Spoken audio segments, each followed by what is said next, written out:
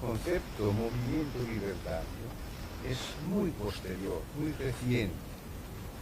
En cambio, la CNT es el órgano primitivo de lucha de los sindicalistas revolucionarios, sobre todo en Cataluña, y lo era también de toda España.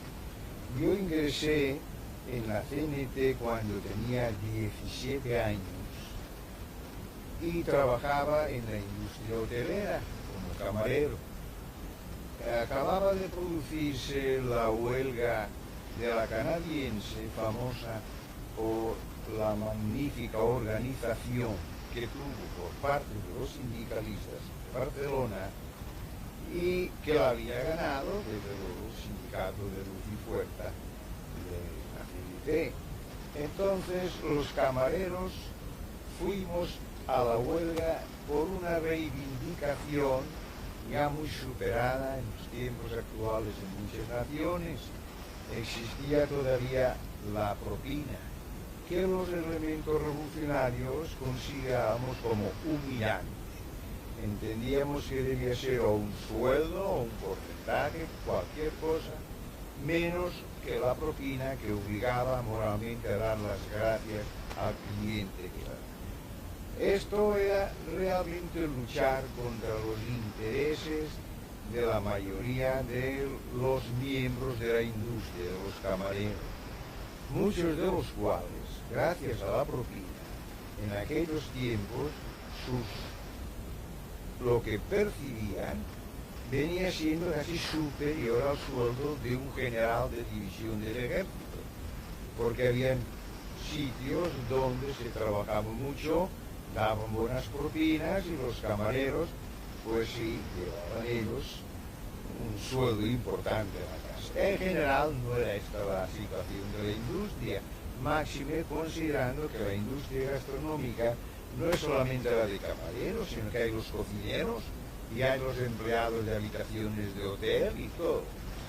En resumidas cuentas, que planteamos, hicimos de varias sociedades que existían, digamos, la Alianza de Camareros a la cual yo pertenecía y que pertenecía a su vez a la UGT, y había la sociedad La Concordia de Camareros y Cocineros, que esa era autónoma. Entonces refundimos ambas sociedades, se creó el sindicato de la industria hotelera, cafés y quesos, y ambas presentamos bases de reivindicaciones comprendiendo la abolición de la propina a la patronal la rechazó, fuimos a la huelga, como procedíamos inicialmente de una sociedad ugetista, reformista, y de otra sociedad autónoma que nunca habían hecho ninguna lucha, pues la llevamos no como debe interpretarse en el amplio sentido de la acción directa, sino que fue llevada en el amplio sentido de la acción negativa de las sociedades obreras regentadas por la UGT, que dejaban que pasase el tiempo y fatalmente las huelgas se perdían. Perdimos la huelga, yo lo sentí mucho, desde luego, me impresionó mucho la pérdida, y durante el curso de la misma había constituido con otros compañeros jóvenes de la industria un grupo anarquista que se adhirió a la Federación Local de Grupos Anarquistas de Barcelona, llamada La Bandera Negra. Bueno, llamada La Bandera Negra porque era el nombre que tenía el periódico que editamos. Existía, no obstante, otra federación de grupos que se llamaba La Bandera Roja. Ambas federaciones de grupos, La Bandera Negra, por ejemplo, era, digamos, el receptáculo más clásico de las ideas anarquistas. En concreto, los de la Bandera Negra eran contrarios al sindicalismo revolucionario, y los de la Bandera Roja sí eran partidarios, no solamente del sindicalismo revolucionario, sino del sindicalismo con todas sus consecuencias, de las cuales seguramente vamos a tener que hablar en el curso sucesivo. Yo por error del que nos inició y nos llevó a ingresar en bandera negra. Por error pasamos nosotros a bandera negra. Y eso fue debido a que el compañero Ismael Rico, un buen compañero, nos aconsejó bandera negra y en realidad nosotros estábamos desplazados. Ahí debimos haber ingresado en los de bandera roja. Porque los de bandera negra no se preocupaban de otra cosa más que de las relaciones nacionales e internacionales que mantenían lectura de la correspondencia, contestación de la correspondencia y desde luego enemigos totales de lo que era el sindicalismo y la CNT. Entonces no había entre esas dos tendencias, sindicalista y anarquista, no había entente, no había... No, todavía no existía, todavía no se pasó a lo que después fue como superación de esas dos tendencias, el llamado anarcosindicalismo. O sea que el anarquismo pasó a pertenecer a las formaciones sindicalistas y las formaciones sindicalistas se influenciaron de las ideas anarquistas. Bueno, cuando se habla de García Oliver, enseguida sale privatización,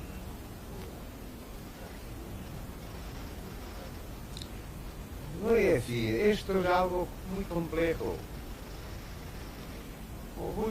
si no se conocen las circunstancias en que fueron creado el grupo Los Solidarios.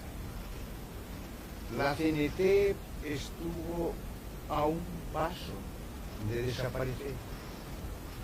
En la lucha que sostenía la CNT todavía no era más que CNT y sindicalistas contra la patronal de Barcelona y contra las autoridades del gobierno. En esa lucha llevamos un tiempo con pérdidas muy importantes. La mayor parte de grandes militantes obreros de la CNT habían sido asesinados brutalmente en la calle, a la salida del trabajo, por la ley de fugas. Todo eso culminó con un atentado que realmente produjo una conmoción tan grande que determinó grandes cambios en la organización CNT. Fue la muerte de Salvador Seguí, el Noy de Sur. Iba acompañado de otro compañerito que se llamaba Paronas. Los dos fueron brutalmente asesinados en la calle, pleno día, y produjo tal conmoción que la organización tuvo que reunirse clandestinamente, desde luego, en una pequeña islita que había con matorral en la riera del Besós. Y ahí la organización reunida, federación local, comité regional, sindicatos, acordaron ya de una manera desesperada declarar la guerra total a lo que eran los enemigos de nuestra organización, que causaban la muerte de tantos compañeros. Ahí se creó un comité que se encargaría de dos cosas según el acuerdo, y eso conviene remarcar, porque las tendencias, digamos, reformistas posteriormente han querido decir que las luchas terroristas no eran luchas de la gente, que eso eran luchas de irresponsables, y eso es una mentira histórica que con el tiempo habrá que deshacer, para que se conozca el origen de nuestra organización, las fases por las que pasó. En aquel momento la CNT se le planteó el problema de desaparecer, porque ya no podía hacer respetar la vida de sus militantes. Yo enseñaba en las reuniones de grupos que cuando una organización individualmente no puede asegurar la vida de sus militantes, está condenada a desaparecer si no va colectivamente a la lucha por la defensa de la vida de los militantes. Es decir, la salida a esta situación no es responder con otros atentados, ir a la revolución. Las organizaciones colectivas, cuando ya depende de la vida de sus militantes, tienen que salir colectivamente defenderlas, no acudir al atentado. El atentado reduce la actuación a dos grupos que se matan y convierte a la clase obrera en espectador de una especie de circo trágico. Sin embargo, la CNT ahí entendió que tenía que optar, o por eso el atentado, a las altas esferas de España o a la revolución, y facultó a esa comisión ejecutiva compuesta de Pestaña, de Peiró, de Piñón, de Marcó, los facultó para todo. Primero que hubiesen de ponerse de acuerdo con dos políticos radicales que blasonaban de ser revolucionarios, Lerroux y Marcelino Domingo.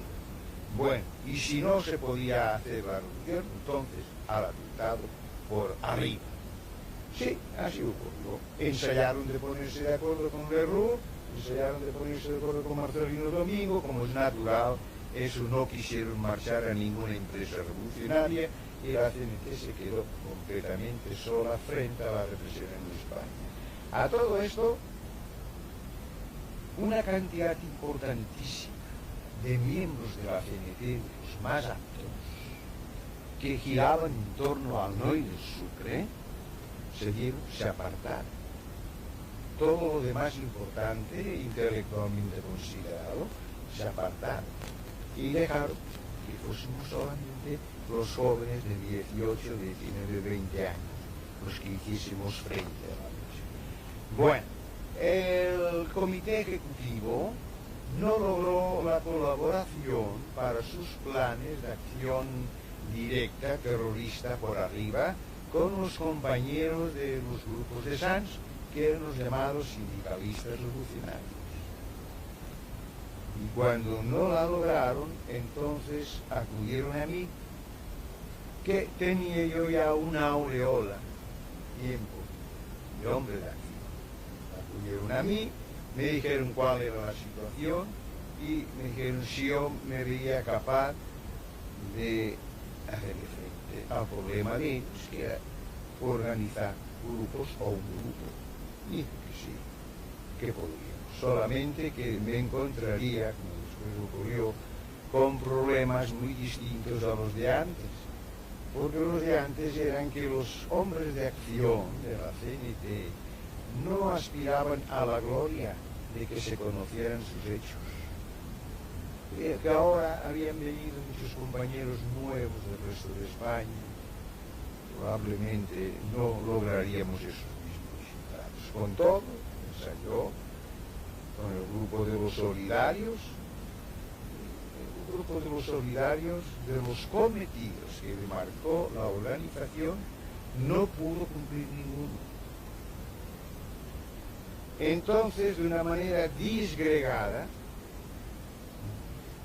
algunos miembros del grupo, como Ascaso, Obrero y Fernández, y Escartín, se encontraron que, de paso por Zaragoza, pues dijeron que el cardenal Soldevila, que era el jefe de la reacción española entonces, era una persona que, bueno, decidieron eliminar al cardenal Soldevila y lo hicieron, al margen de las instrucciones que tenían del grupo y el grupo de las instrucciones que tenían de la CNT, porque se trataba de cosas concretas, de por arriba en el político. No teníamos nada que ver con lo eclesiástico. También otros dos compañeros se encontraron que fueron a su pueblo, a León, con uno que había sido gobernador de Bilbao, legal, y también se lo despacharon por delante. También fue motivo de que, hasta el extremo, de que los miembros del comité ejecutivo, ante la situación alarmante en el orden nacional que provocó la ejecución del cardenal Soldevila, vieron que venía inevitablemente un golpe de Estado militar para ellos continuar la lucha contra nosotros, y me pidieron la disolución del grupo. Yo les dije que sí. Efectivamente, ellos tenían razón, yo tampoco estaba de acuerdo. No habíamos dado estas órdenes, las hicieron ellos. Bueno, pues entonces que había que disolver el grupo, y el grupo prácticamente dejó de existir. Solamente que después como la represión que vino fue tan grande, preludio del golpe de Estado, Primo de Rivera nos dispersó a los unos, fueron llevados a prisión, los otros salieron al extranjero y así continuaron todos hasta el advenimiento de la República. Al advenimiento de la República el grupo no existía ya. Y no solamente no existía, sino que yo me encontré en el triste caso de tener que contemplar que lo mismo Durruti que Ascaso se estaban pasando a la fracción que después se llamó tremendista, quedando yo reducido solo a partir de cero en lo que yo interpretaba que era la situación que se vendría en España de ser una organización apta para afrontar revolucionariamente el problema español. Afortunadamente, tanto Ascaso como Durruti, 3, 4 meses después, cuando ya nosotros, con Juanel y otros compañeros, Varela, Castillo, el llamado Gil Rundel, Barberillo y otros, que habíamos empezado en grande la acción revolucionaria al extremo de que como resultado del 1 de mayo, o sea, 15 días después de proclamarse la República, la manifestación que terminó un mitin revolucionario que habíamos organizado, ¿verdad? Terminó con el asalto del Palacio de la Generalitat de Cataluña. Es importantísimo remarcar que en esa mitin y manifestación aparecieron por primera vez las banderas rojas y negras. Eso conviene también hacer un poco salto atrás, porque a la muerte de Seguí se produjo la unión, sin ser negociada por nadie, espontáneamente, entre sindicalistas y anarquistas. Es entonces que surgió el concepto anarcosindicalista. Antes eso ni se conocía, ni la palabra anarcosindicalista ni se conocía. Pero ahí, ante la gravedad de la situación, se fusionaron las actividades hasta el extremo que desapareció la Federación Local Bandera Negra y desapareció la Federación Local Bandera Roja. La fusión fue total, sin haber mediado ni acuerdo de negociación ni de congreso. Fue de tal manera comprendido que no había más remedio que crear un valor nuevo de lucha que se creó, mientras que los reformistas ya nos dejaron. Entonces continuamos solos.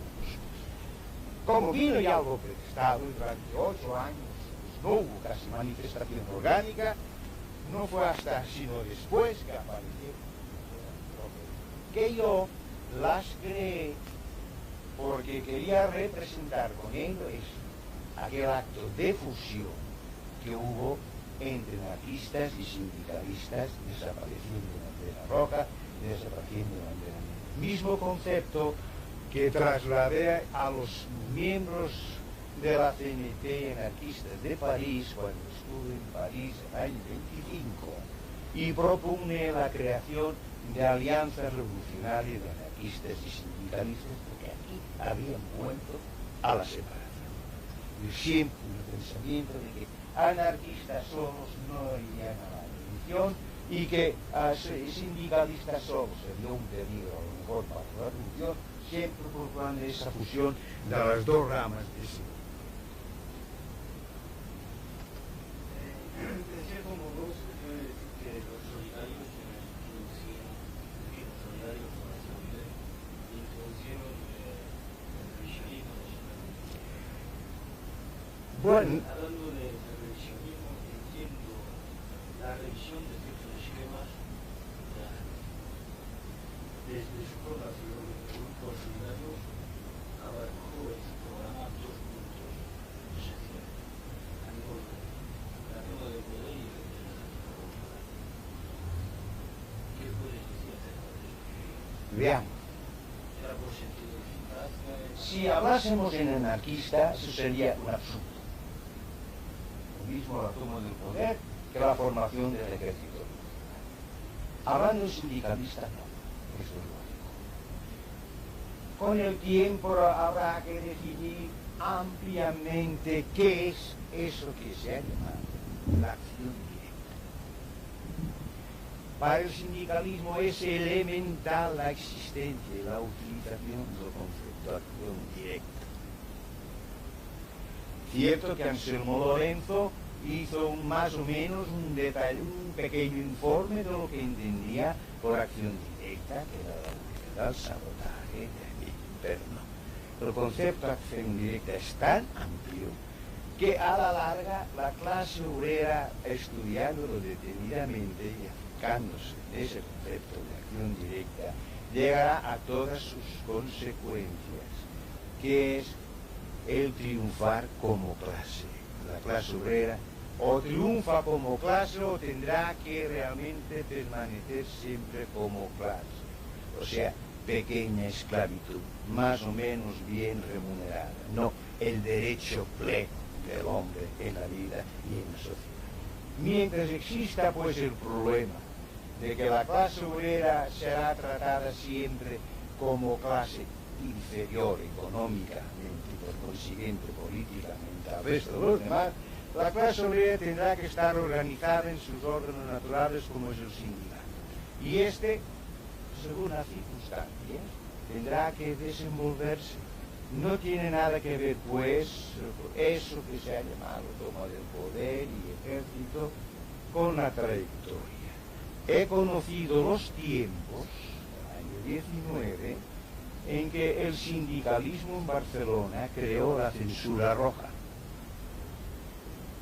O sea, era tal la cantidad de difamación que la prensa burguesa lanzaba de continuo contra los sindicalistas, porque se defendían pistola en mano de la agresión de los demás, que la organización obrera sindicalista CNT tomó de acuerdo de crear la censura roja. Y los compañeros de las imprentas de composición de periódico eran los encargados de tachar lo que no debía ser publicado y no se publicaba.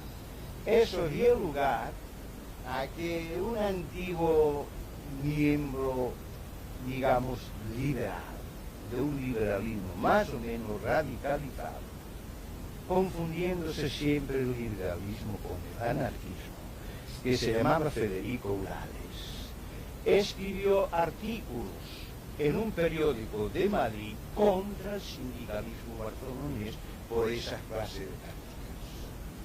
Y yo he visto con mis ojos cómo el presidente del Sindicato de la Alimentación y el secretario del Sindicato de la Alimentación, en una visita que hizo por allí, por el sindicato Federico Urales, lo agarraron de los brazos y lo tiraron por las escaleras y dijeron que nunca más se presentase allí. Ahora, ¿eso qué es? Es nada más que el resultado lógico de una acción que los trabajadores realizaron y que a lo largo de su historia, hasta lograr su total emancipación, no tendrán más remedio que enfrentar unas formas que no son 100%, digamos, anarquistas, pero que sí son sindicalistas. Por algo después hubo el concepto ese de anarcosindicalismo para dejar bien sentado que el sindicalismo continuaba siendo, pero ya en lo sucesivo con influencias anarquistas. O sea que si en lo económico tendría que llegar a todos los resultados y consecuencias, en la orden jurídico, cuando ya se fuese al triunfo de una ideología como la suya, no debía olvidar nunca la influencia moral del anarquismo, que es todo el servicio del hombre. Y en este caso, un proletariado triunfante, todo al servicio del proletariado triunfante. Yo creo que sería interesante que nos presentes un poco, que nos hables un poco de los principales protagonistas del grupo hospital, es decir, Ascaso, ¿cuánto conociste al grupo? Bueno, yo conocí a todos estos buenos compañeros en el Sindicato de la Madera de Barcelona, tenía una sección de café y ahí acudían pues todos los compañeros de España.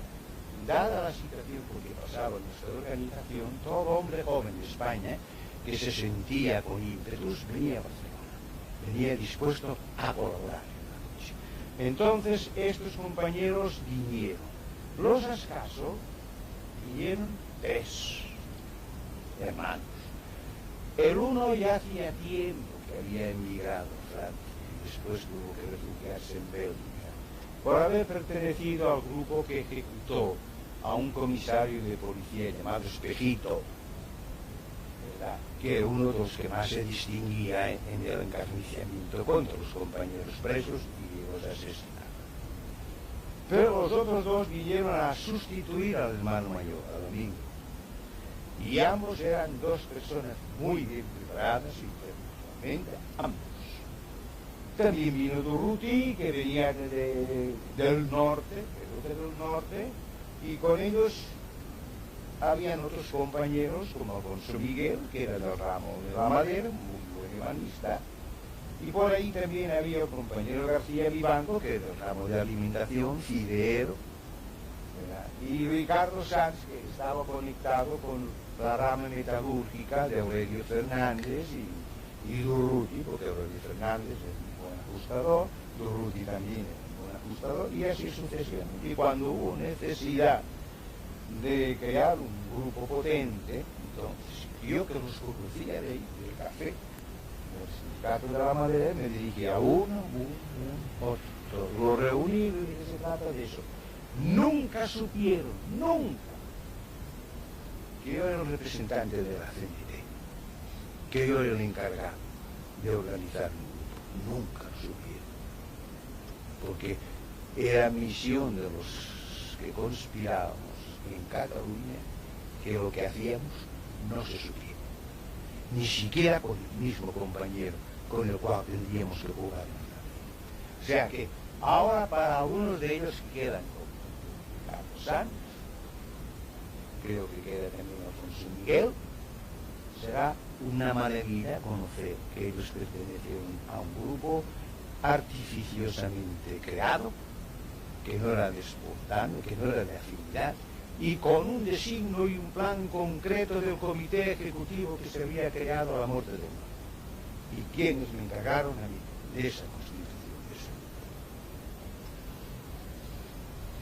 Es que nos podrías hablar de cómo viviste tú el problema de la división interna del treintismo. Bueno, el treintismo se produjo en gran parte, en eso hay que también esclarecer, que si no, no se llegará nunca a comprender. La familia Urales fue muy perturbadora siempre para la organización. Y los elementos, digamos, obreristas 100% del sindicalismo siempre vieron con repugnancia la influencia que siempre procuraron tener la familia Urales dentro de la CNT. Este es uno de los factores. Seguramente el nunca confesado, pero el que originariamente aportaba más elementos de discordancia. Claro, nosotros, digamos, los anarcosindicalistas revolucionarios, habíamos interpretado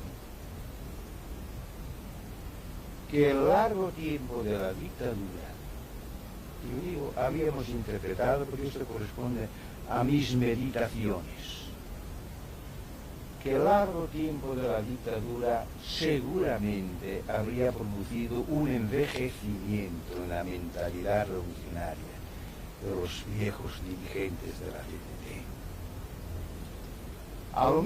Lo mismo que ocurrió con los cristianos de las catacumbas en Roma,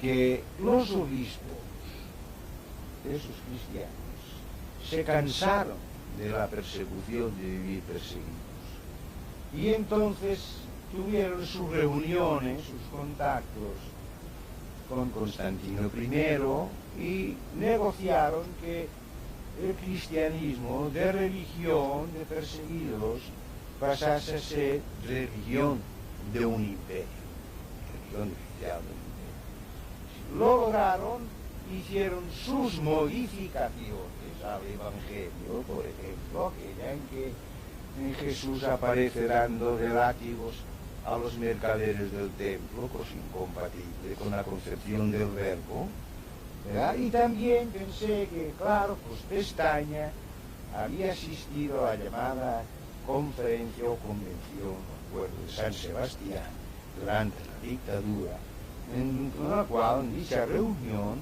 representantes del Partido Republicano y Socialista y Pestaña, como de la PNT, habían convenido en que si se producía la caída de la monarquía, el establecimiento de la república, se comprometían a sostenimiento, consolidación de esa república. Yo consideraba que eso era incompatible con el espíritu del Tribunal de la CNT y que había que dar esos compromisos formales.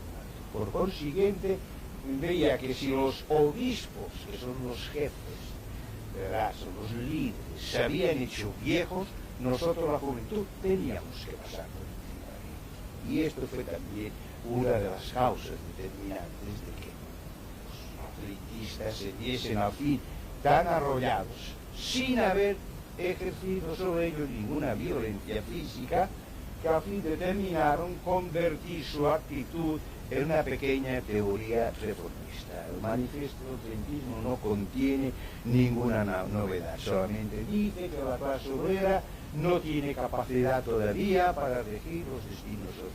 Bueno, si les hubiéramos preguntado a los de la Revolución Francesa, entonces si tenían capacidad para elegir el nuevo mundo, seguramente que ninguno de ellos tenía capacidad. La prueba la tenemos que no la tenían, es que establecieron como lema libertad, igualdad y fraternidad, y 200 años después de esa revolución todavía la igualdad no se ha realizado. Por consiguiente, el concepto de libertad y fraternidad ha resultado nulo. Si no había capacidad, entonces, que sí, para lo que ellos tenían que hacer, sí, y nosotros también para lo que teníamos que hacer, sí, porque cuando se piensa que si una clase está capacitada o no, se piensa ya en la petrificación de lo que esta clase era. Y yo no pensé nunca en la petrificación, pensé en la iniciación hacia una realización maximalista de posibilidades de emancipación.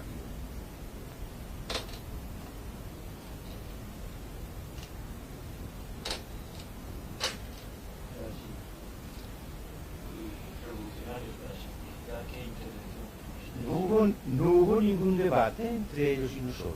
Nunca se discutió.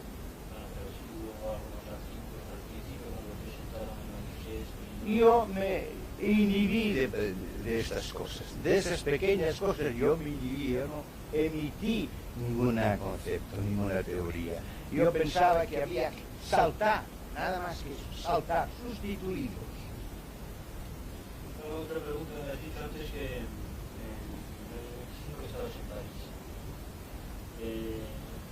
Y da la casualidad que en la práctica y la teoría de los solidarios hay algunas analogías con la plataforma de Ashnoff. ¿Es que tú conocías la plataforma? ¿Es que había una influencia directa? No, ya como te digo, hay que procurar no incurrir en contradicciones. Seguramente que la lección extraída por Archinov de la Revolución Rusa no es nada más que sacar las consecuencias de un hecho rutinario. No porque nosotros las sacásemos después también. Yo no tenía ni conocimiento, sabía sí ese pequeño problema planteado aquí por los rusos, pero nunca me impresionó. Yo era, como te he dicho, un hombre hecho a un concepto de revolución parido por los obreros de Barcelona. Ya habíamos ejercido la censura roja, quiere decir que estábamos dispuestos a ejercer lo que fuese necesario con tal de asegurar Y esto fue en tiempos que apenas se tenían noticias de la Revolución Rusa, porque Archinov y estos son los que la resaca de la Revolución Rusa que llegan a Francia años después de que la Revolución Rusa ya se había producido. No teníamos ninguna influencia, yo por lo menos no tenía ninguna influencia. El año 27 se crea la FAI. ¿Cómo acogiste esa? Yo me enteré de la existencia de la FAI el año 31, cuando por la amnistía salí en libertad. Antes no había salido absolutamente nada. ¿Cuándo habías caído? Oh, sí, desde el año 20, el mismo año 25, Hasta el 31. hasta el 31. Entonces sales y te enteras de la FAI. Entonces salgo y me entero de la FAI. Y la FAI, cuando yo me enteré, pues apenas sí existía. 3 o 4 grupitos formando federación local en Barcelona, ni otra cosa. En realidad la FAI nunca tuvo un gran poder. Cuando se dice que es la FAI, que fue el poder dominante de la gente, señora, la FAI no tuvo ninguna acción determinante con la vía de la CNT. ¿Pero tú defendías la tesis de la necesidad de la organización específica o...? No se planteó nunca ese problema. Luego no pude emitir opinión, no se planteó nunca ese problema. La FAI existía como antes habían existido los grupos anarquistas y nunca se planteó el problema de si debían existir o no debían existir los grupos anarquistas, nunca. Y la FAI existía sin... Cuando realmente cobra fuerza esa cosa de la FAI es cuando se produce la escisión. Entonces necesitan los treintistas tener un motivo, digamos, fijo, casi demagógico, para sostener una posición como la de ellos, que es el antifaísmo, la antifai. Bueno, entonces llega la República.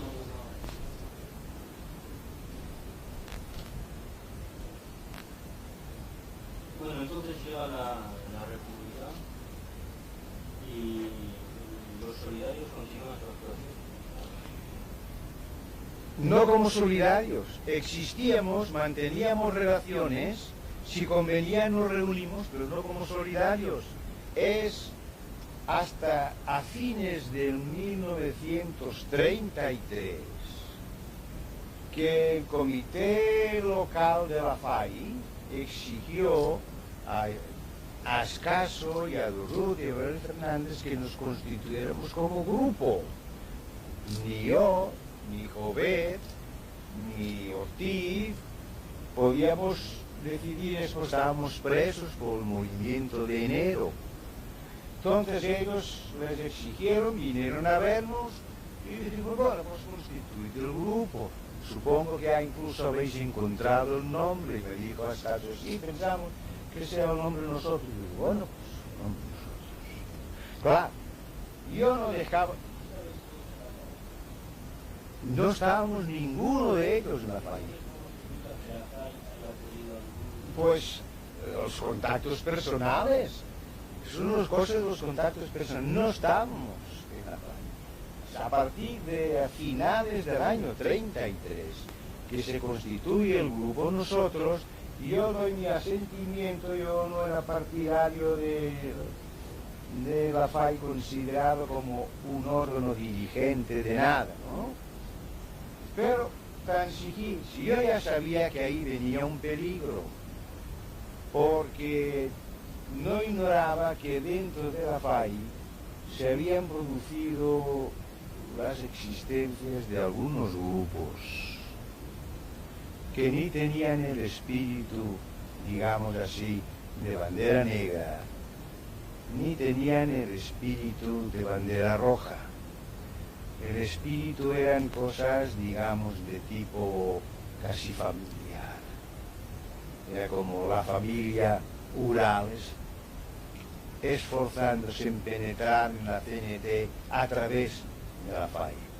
Era como el grupo que constituía Santillán y Miró y otros, esforzándose en dominar a la CNT a través de la FAI. yo veía bien claro lo que venía. No obstante, ya lo veremos. En efecto, lo primero que hizo la FAI cuando recobramos la libertad por el movimiento de enero fue hacerme un proceso. A mí. Yo aprovechaba siempre el tiempo de estar preso con los compañeros para dar conferencias y cosas así, ¿no? Y un día oí que unos compañeros se lamentaban de que los periódicos burgueses difamaban, según ellos, a los revolucionarios de Asturias, porque decían los periódicos burgueses que un grupo de revolucionarios había violado a una muchacha. Y ellos consideraban eso como una cosa muy grave. Entonces, aproveché esa manera de opinar de los compañeros para dar una conferencia sobre lo que yo entendía que era la revolución social. Y la revolución social es una explosión que produce la rotura de todos los frenos. Freno jurídico, freno político, freno económico, freno militar, freno familiar, todo. Naturalmente que una explosión que produce la rotura de todos los frenos es marcha disparado al infinito. Y el infinito viene siendo algo parecido a la locura. Entonces, enseñaba yo, el revolucionario consciente debe de tener preparados los nuevos frenos. El nuevo concepto de la familia, el nuevo concepto de la economía, el nuevo concepto de la justicia, todos los nuevos. Y entonces, en vez de dejar que todo marche disparado hacia el infinito, de revolucionario tiene que convertirse en reaccionario, no contrarrevolucionario. O sea, reaccionar para someter todo a los frenos, a los nuevos conceptos. Si queréis que el consumismo libertario tiene sus conceptos, es ahí donde hay que colocarlo. Bien, eso lo he explicado, detallado. No faltó quien dio, digamos, el pitazo a la federación local.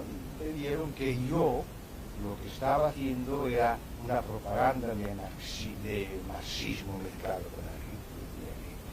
Yo creía que ellos no sabían nada de nada, no sabían ni de marxismo ni de anarquismo, que estaba dispuesto a sostener mis puntos de vista, donde fuese, que ese es el proceso de una revolución, porque si la revolución, una revolución no produce una rotura de frenos, ¿qué es una revolución? Sin rotura de frenos no hay revolución. Bueno, entonces, sí, se empeñaron a hacer el proceso, pero después se echaron atrás. Cuando yo estaba dispuesto a ir a sostener mis puntos de vista, nunca asistía a ninguna reunión de la PAI. Para eso tenía que haber asistido y fui justamente a la redacción de Tierra y Libertad para poder asistir a la reunión, y entonces a mitad de la reunión consideraron que no había lugar a someterme a más juicio. Tanto es cierto que ya habiendo en plena guerra y revolución en España, ya fuera nosotros del gobierno, Santillán publicó un libro que se decía, el título, ¿por qué perderemos la guerra? Título del libro que después, al salir, lo cambió, ¿por qué perdimos la guerra? Y ya cambió también muchas cosas. Y después volvió a reeditar, ¿por qué perdimos la guerra? No quedando nada del primitivo. ¿Por qué perderemos la guerra? Dice, y tenía razón García Oliver cuando enseñaba los fenómenos de la rotura de frenos, los fenómenos de una revolución, lecciones que debemos tener siempre presentes que queramos ir a una revolución. Sin ello fracasaremos y lo perderemos todo. Esto es la síntesis. ¿Cómo viviste? No, yo estaba en Madrid de redactor. Un pleno de regional me había designado a mí, redactor, a Horacio Prieto, redactor, al bueno compañerito andaluz Ballester, también que fue fusilado, asesinado por los fascistas, a Saornir, nos designaron a mí mayormente con doble jefe. El uno, para ver de desarrollar yo un concepto que ya he emitido de una mayor interpretación del decreto de amnistía que el Rúa había dado, que excluía prácticamente a la mayor parte de compañeros que estaban presos y condenados. Y el otro, para ver de lograr mi concepto jurídico, que ya entonces se me conocía por mis influencias jurídicas, el que no fuese tantas veces denunciado y recogida la edición de CNT de Madrid, porque la edición de CNT de Madrid casi cada día al salir a la calle era denunciada, recogida, y claro, esto sustraía los ingresos de venta al periódico y la administración estaba quebrada y tenía que cerrarse el periódico y había que ver a la manera. Y me dijeron a mí, yo creo que hay que hacer es suprimir adjetivos, porque esa manera que tienen los compañeros entonces, más que nunca, porque con 40 años después los compañeros han aprendido muchas cosas, pero antes mucho de gramática no sabían nada, de literatura menos, y de periodismo tampoco. Entonces decía, lo que hay que hacer es suprimir adjetivos, y suprimiendo adjetivos, dejando el puro sustantivo, no hay juez que pueda hacer ninguna denuncia de un artículo porque no contiene injurias contra nadie. Entonces fuimos ahí y logramos efectivamente superar en gran parte la situación económica del periódico, evitando la mayor parte de recogidas, y eso. ¿Y qué pensaste de Mi el octubre asturiano yo lo tengo muy bien detallado, es una de las cosas que en mis memorias están bien detalladas. Ahí se ventilaba, por una parte, el concepto catalán de la revolución. Nosotros. La revolución, nosotros. Y en Asturias se ventilaba el concepto comunista de la revolución. Los comunistas sometiendo a los demás. No era aquello del UHP que se ha pretendido, es una cosa muy bonita para lo que se llama el chigre en Asturias, que es la taberna, ¿no? Cosa de la hermandad, hermanos, pues mentira. La realidad fue que el movimiento de octubre conviene mucho que todos los militantes de nuestro movimiento lean las memorias para enterarse de por qué ocurrió en Cataluña, cómo ocurrió. Sí, bien, hay cosas que se ignoran y que deben de saberse. Y entonces se vería que los compañeros de Asturias fueron víctimas de la maniobra de comunistas y socialistas, que aprovechándose de que la CNT de Asturias había contraído compromiso de la Alianza Obrera con la UGT, se aprovecharon de ese compromiso moral, socialistas y comunistas se reunieron, decretaron el movimiento revolucionario de Asturias sin comunicarlo a la CNT. La CNT se encontró en la calle teniendo que luchar por arrastre de los demás, y cuando les convino a comunistas y socialistas dieron por terminada el movimiento revolucionario de Asturias públicamente sin comunicarlo a la CNT.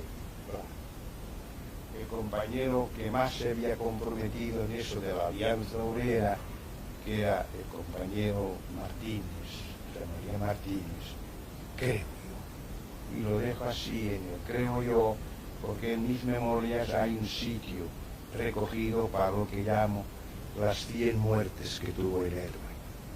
Hay muchos héroes que no sabemos cómo murieron, pero como el pueblo forja sus leyendas, cada uno le da una manera de morir. Es la muerte del héroe, las 100 muertes que tuvo el héroe. Y Martínez es un gran compañero, realmente un héroe en aquellas circunstancias, por la forma sobre todo como enfrentó él el problema de su muerte. Las 100 muertes que tiene el héroe, yo os las supongo una, pero a lo mejor fueron otras muchas las que se podían interpretar, pero todas dignísimas, por la muerte de un gran militante de la organización de asturiana. Un mito que trae, un mito de la revolución italia, y que lo aprendan los compañeros de Asturias. No se puede ir nunca con los socialistas y con los comunistas, pero a veces, en determinadas circunstancias, sí se puede hacer alianzas, pero en las circunstancias que nosotros lo planteamos en Barcelona, a los representantes de esos que no quisieron tener ya después compromisos, porque lo que queríamos era compromisos y no palabras, no ser arrastrados a nada. Cabo, el movimiento de octubre, un movimiento revolucionario, perseguía la finalidad de desgastar al gobierno de derechas que había triunfado en unas elecciones. O sea, yo había creado la teoría del péndulo. Nuestra táctica era pendular a la derecha, a la izquierda, a la derecha, a la izquierda. De manera que la República, en contra de los compromisos de Pestaña, no se consolidase con el fin de poderla sustituir a la República burguesa por un régimen del comunismo libertario. Nosotros creamos esta táctica e inmediatamente se adhirieron a ello los monárquicos con Sanjurjo, el movimiento de Sanjurjo en Andalucía, que hizo querer desgastar también, no permitir que se asentase la República burguesa. E inmediatamente vino la acción de octubre, que era octubre. Eran republicanos los que se sublevaron, eran miembros que habían sido del gobierno de la República y se sublevan porque en unas elecciones los de las derechas habían triunfado. Eso es absurdo, eso es lo que más idiota desde el punto de vista político, pero ellos ya se habían vuelto más fallistas. Igual ocurrió con el movimiento del diciembre, llamado Huelga General de Zaragoza y todo esto, ¿verdad? Movimientos determinados por la presión revolucionaria que ejercíamos nosotros. Y yo siempre decía, ojo, que nunca se nos quiera a nosotros embarcar en un asunto que corresponda a nuestra propia táctica. Con arreglo a nuestra propia táctica hemos de dirigir nosotros la revolución, no los demás. No podemos ir nunca a secundar los planes de los otros. Bueno, tú tuviste un papel determinante en el Congreso de Zaragoza. ¿Qué nos puedes decir acerca del ambiente del Congreso, de los problemas que se plantearon, los temas que se debatieron? Y es que tú crees que el Congreso de Zaragoza estudió concretamente, dio soluciones concretas a la En primer lugar, el Congreso de Zaragoza no estaba convocado para dar soluciones concretas a la revolución. Horacio Prieto, secretario del Comité Nacional, había tenido sí una buena idea. Me gusta dar a cada quien lo que merece. El pasar a la consideración de los sindicatos de la CNT en toda España, el que emitiesen un concepto sobre lo que ellos entendían comunismo libertario. Esto tiene un aspecto constructivo muy importante. Yo lo vi con muy buen gusto, hasta el extremo de que pues fui nombrado en reunión amplia de obreros del Sindicato Fabril de Barcelona, miembro de la ponencia que haría el dictamen, junto con el compañero Alfonso Miguel, el compañero Ricardo Sanz y Montserrat.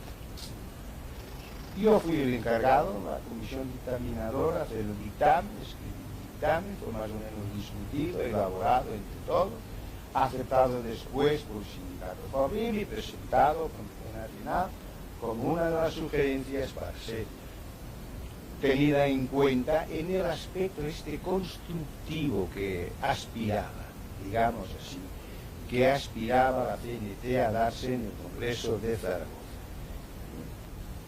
Por experiencia sé que todos los congresos han sido la misma cosa. Las organizaciones se encuentran siempre ante, digamos, no menos de tres tendencias.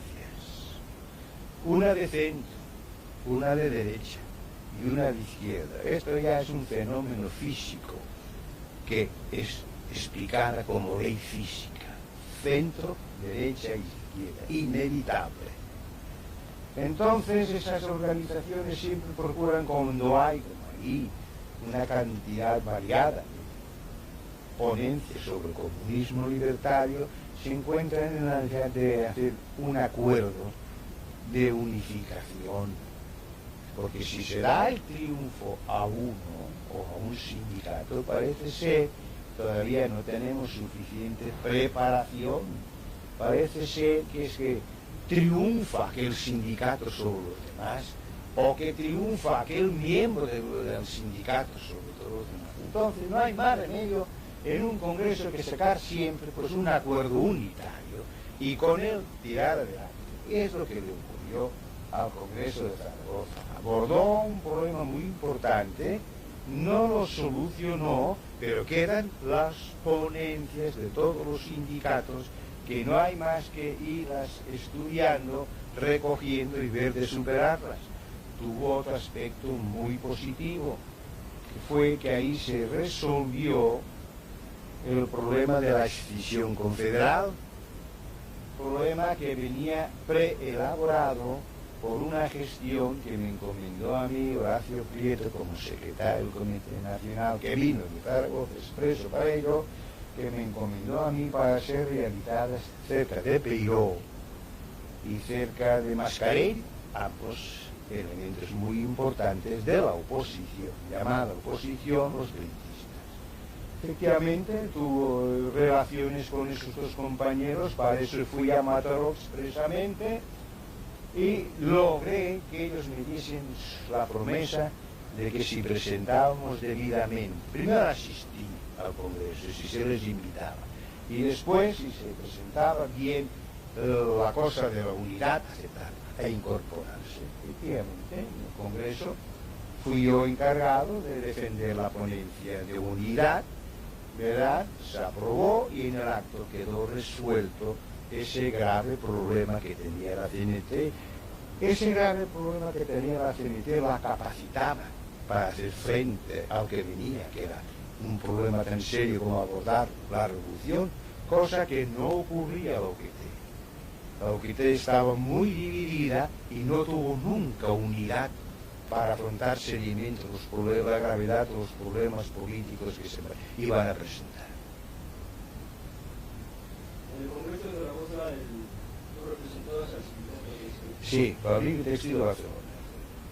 El sindicato hizo una proposición también ahí interviene el problema de la eficacia. Creo que la proposición era la necesidad de formarse, de formar milicias, o de preparar los militantes. No, esto venía desarrollado por nosotros, por partes, en nuestro dictamen sobre comunismo libertario, que abarcaba el aspecto económico, el aspecto jurídico, el aspecto militar, en fin, varios aspectos de lo que debe entenderse como vida en el comunismo libertario. Y uno de ellos venía la propugnación de la creación de un ejército revolucionario que yo entendía que debía ser un ejército ya a partir de entonces. O sea, convertir lo que nosotros habíamos hecho en Barcelona de cuadros de defensa confederal en una táctica en toda España. Prepararnos para lo que tenía que venir. Desgraciadamente, nunca se entienden bien las cosas, o por defecto de oído de quienes oyen, o por defecto de expresión de quienes hablan. Digo por defecto de expresión porque se dio la circunstancia de que ahí el compañero Mera, Cipriano Mera, muy buen compañero de la construcción de Madrid, mientras yo estaba haciendo la glosa, aparte de las otras, la del ejército, gritó que nos diga el compañero García Oliver de qué color quiere los entorchados. Y se da la circunstancia paradójica de que fue precisamente Cipriano Mera el primero que aceptó la militarización y los entorchados del ejército. Bueno, pero ¿tú crees que el Congreso de Zaragoza fue un gran congreso, un congreso importante, fue la gente que adoptó una posición clara, o que el Congreso de Zaragoza fue un congreso? Bueno, yo has tenido ocasión de asistir antes a dos congresos. El del año 31 en Madrid y después el del año 22, Conferencia Nacional de Sindicatos de Zaragoza, porque no hubo tiempo de hacer congreso de sindicatos. Creo que de todos los congresos a que yo asistí, el de Zaragoza fue el de intenciones más importantes. El uno, la preparación orgánica de hacer la unidad frente a lo que venía, porque cuando yo negocié primero con Peiró y Mascarell la conveniencia de que ellos se integrasen, me encontraba en unas condiciones dialécticas muy superiores a ellos, porque ellos nos acusaban a nosotros de ser